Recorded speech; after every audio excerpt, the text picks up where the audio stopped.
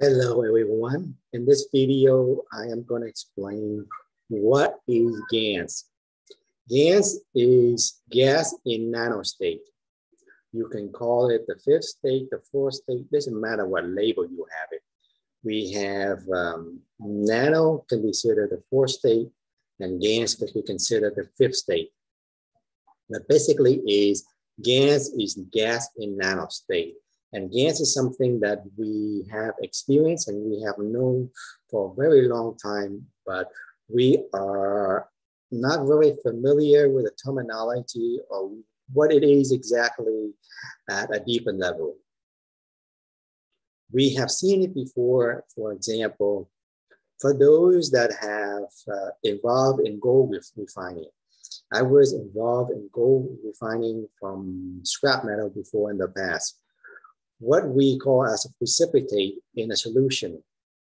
People have given terminology that precipitate, things that pop out of a solution, and we just take what it is, but without looking into deeper meanings, different characteristic of that material. You can call it gas or you can call it precipitate. It has different properties that we did not recognize because it was not within our conscious awareness, or even the possibility of it was not even existing within our mind. So what Keshe plasma science is bring into our awareness of what different possibilities of those things that we know, this material that we have seen before, different properties to them.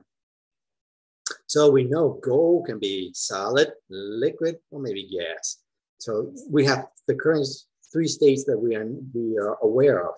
So when we try to create gold refining in a solution, when we knock it out of solution, we call it precipitate. And that precipitate is nice and soft, fluffy, reddish brown or brownish material. Why is it fluffy? Why is it not solid? Why is it not in a gas? Why is it not in a liquid? But why is it in that soft, fluffy thing we call precipitate? So what is the difference between precipitate and gas?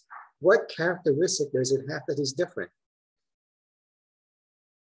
So before Keshe plasma science, well, people know in the East and other people, they're aware of energy, of field energy, but for the majority of people, they are unaware of what is the energy, field energy. Energy exists, what you call aura and all that things. That is very new to a lot of people. So what Keshe plasma science does is bring that into the mainstream awareness of the characteristics of things that we have seen but did not recognize. So we build upon existing knowledge that, okay, when things are in this state, like for example, Gans, it radiates energy. Gas, you can see, is we can define a gas in nanostate, but what does that mean? We can think of, we know of existing solid material, all the molecules, all the atoms clump together to create a solid. So when we give it some energy, it's become a liquid. When we give it more energy, it becomes a gas. But within a solid state, when we give it enough energy, but not too much, we separate the molecule out further apart. The gap between them is further. That's where we have nanomaterial. And I will explain that in a different video. But once that nanomaterial is created, where we have the product are further apart, and if we give enough energy to break that atom to be completely free of its main structure, then we consider that like Gans. When that atom is free, it's able to radiate more energy out without being contained by other next to them. Then we have like a little sun. It radiates more energy as a longer distance around itself. So that basically when Gans is, it's able to radiate energy. The kind of energy, the property dependent upon the material that is being used. For example, if we use zinc, then zinc has the property of balancing the emotion. So one way to test this material is to our feeling. Because we brought up without the awareness of what is energy, few energy, and all that stuff, our mind creates a filter that blocks all those things from receiving. Now, with the introduction of Keshe plasma science, that bring it to an awareness, oh, there is a possibility that it exists, and this is that, then we begin to remove that layer within our mind so that we can able to perceive and acknowledge and feel it.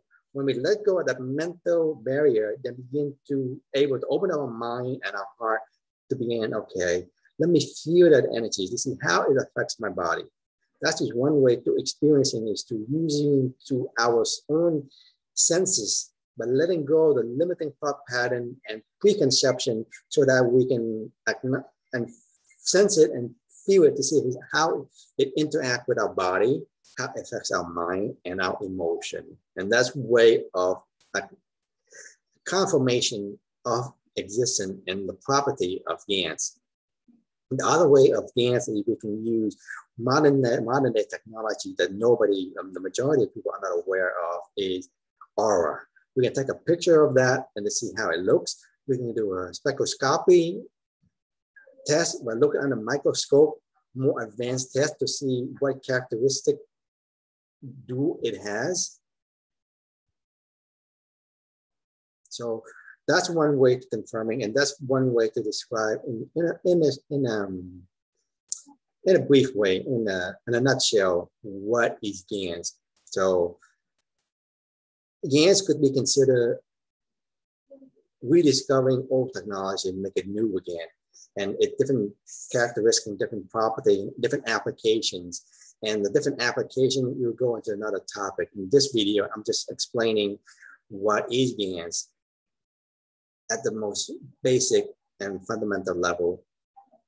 And I wish that hope clarify up for some people what it is. Thank you.